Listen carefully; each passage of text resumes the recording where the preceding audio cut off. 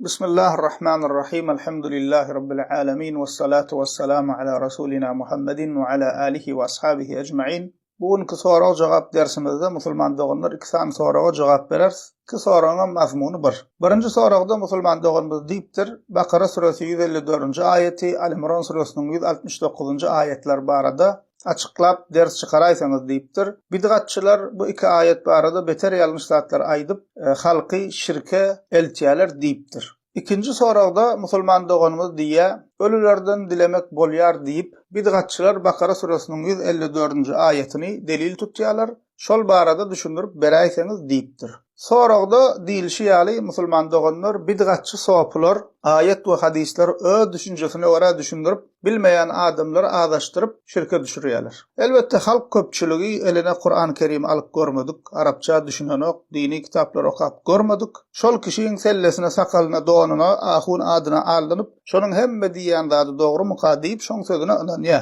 Ama gıynansak da yankı bid'atçılar ayet ve hadisi öz düşüncesine göre düşünürüp ehl-i sünnet alimlerin kitaplarına yok zatları aydıp insanları ağdaştırıp şirke düşürüyorlar. Şol öz kellelerine göre düşünürüyen ayetlerinin iki tanesi şu sorağda sorulan iki ayet. Bakara suresinin 154. ayeti, Ali İmran suresinin 169. ayeti. Bu ayetlerde Allah Teala bize şehitler barada haber veriyor. Bu ayetlerde Allah Teala bize şehitler barada haber veriyor. Bid'atçılar musulman doganlar şu ayetleri okap şehitler kabirde diridir. Velilerim ölse şehit hesaplanıyor. Ve kabirlerde diri bolanlar için olardan kömek dilep bolyar deyip özleriçe yanlış düşünürler.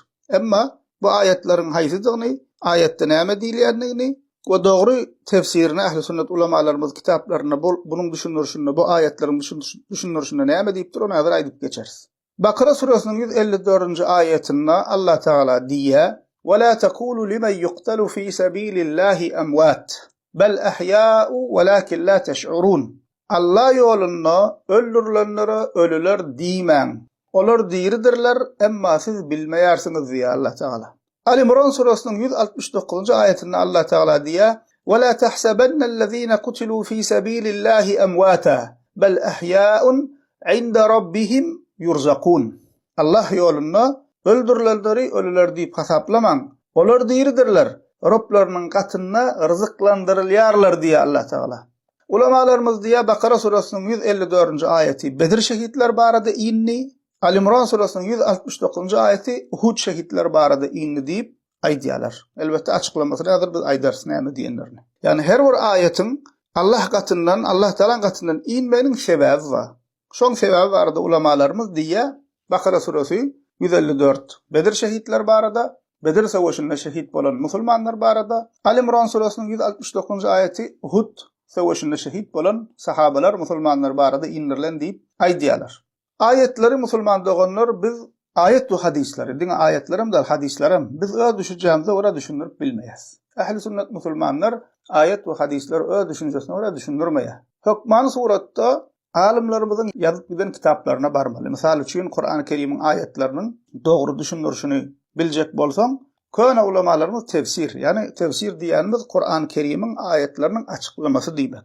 Haçan inipdir, näme sebeple inipdir, näme hakynda inipdir, Allah Teala bize bu ayetlerde näme düşündirjek bolýar, şolan hemmesi Peygamberimizden sallallahu aleyhi ve sellem sahabalardan gelen düşünürüşleri jemläp tefsir kitaplar yazılıpdyr. Eger doğru düşünürüş gerek bolsa şol